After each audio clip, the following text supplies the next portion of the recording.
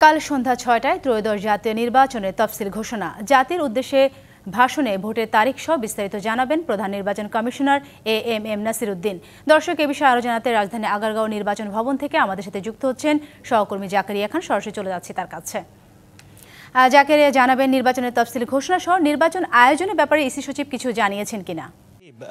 আগামীকাল সন্ধ্যা ৬টায় জাতির উদ্দেশ্যে ভাষণের মাধ্যমে ঘোষণা করা হবে ত্রয়োদশ জাতীয় সংসদ নির্বাচনের তফসিল। এবং এই তফসিল যে ঘোষণাটি, সেই ঘোষণাটি কিন্তু ইতিমধ্যে আজকে বিকেল ৪টার সময় রেকর্ড করা হয়েছে টিভি এবং রেডিওতে প্রচারের জন্য। এবং এর আগে কিন্তু আজকে যেই বিষয়টি আমরা দেখেছি যে আজকে দুপুর ১২টার দিকে প্রধান নির্বাচন কমিশনার এএমএম নাসির উদ্দিন এবং বাকি যেই ৪ নির্বাচন কমিশনার ছিলেন তারা সবাই মিলে কিন্তু রাষ্ট্রপতির সাথে সৌজন্য সাক্ষাৎ করতে গিয়েছিলেন এবং তাকে এই নির্বাচন সংক্রান্ত সকল বিষয়াদি জানিয়েছেন, তার সাথে কুশল বিনিময় করেছেন। এবং রাষ্ট্রপতি কিছু বিষয়ে আসলে নির্বাচন কমিশনের কাছে জানতে চেয়েছিলেন, যেমন পোস্টাল ভোটিং কেমন হবে, ভোটার নিবন্ধন কেমনভাবে হচ্ছে, সার্বিক বিষয়ে আসলে খোঁজ খবর নিয়েছেন তিনি এবং নির্বাচন কমিশনকে আশ্বাস দিয়েছেন যে পূর্ণ সহায়তা করার।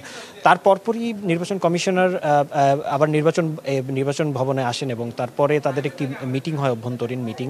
নতুন এবং ফিরে আসা গ্রাহকদের জন্য নগদে চলছে ক্যাশব্যাক সহ প্রতিদিন হাজারো উপহার জেতার সুযোগ। হবে আশা আর ফেরা, সারপ্রাইজ সেরা।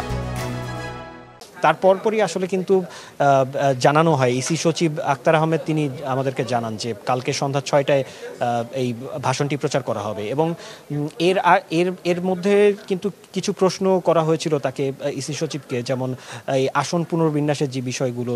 তো সেই বিষয়ে তিনি যেমনটি জানিয়েছেন যে যেহেতু এখন পর্যন্ত আপিল বিভাগের যে রায়টি হয়েছে সেই রায়ের লিখিত কোনো কিছু তাদের কাছে এসে পৌঁছায়নি, তো সেই ক্ষেত্রে তারা আসলে এখন এই ৩০০ আসনকে কেন্দ্র করেই কিন্তু তাদের এই তফসিল ঘোষণাটি কার্যক্রমটি আগাচ্ছে।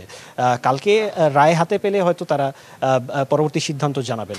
আর এর বাইরে এই যে তফসিল ঘোষণাটি কালকে করা হবে, এর মাধ্যমে কিন্তু নির্বাচনের যেই আনুষ্ঠানিক যাত্রা, সেই যাত্রাটি শুরু হচ্ছে। এবং এই তফসিলের মাধ্যমে আসলে নির্বাচন কমিশন দেশের যেই অভ্যন্তরীণ যে প্রশাসন রয়েছে বা নির্বাচন কেন্দ্রিক যেসব বিষয় রয়েছে সেই বিষয়গুলোতে কিন্তু একচ্ছত্র আধিপত্য পাবে, অর্থাৎ সব কিছুর নিয়ন্ত্রণ চলে আসবে নির্বাচন কমিশনের হাতে। তো কালকে সন্ধ্যায় ঘোষণা করা হবে নির্বাচনের তফসিল এবং তার পরপরই আসলে এই নির্বাচনের যেই কর্মযজ্ঞ, সেই কর্মযজ্ঞটি শুরু হবে।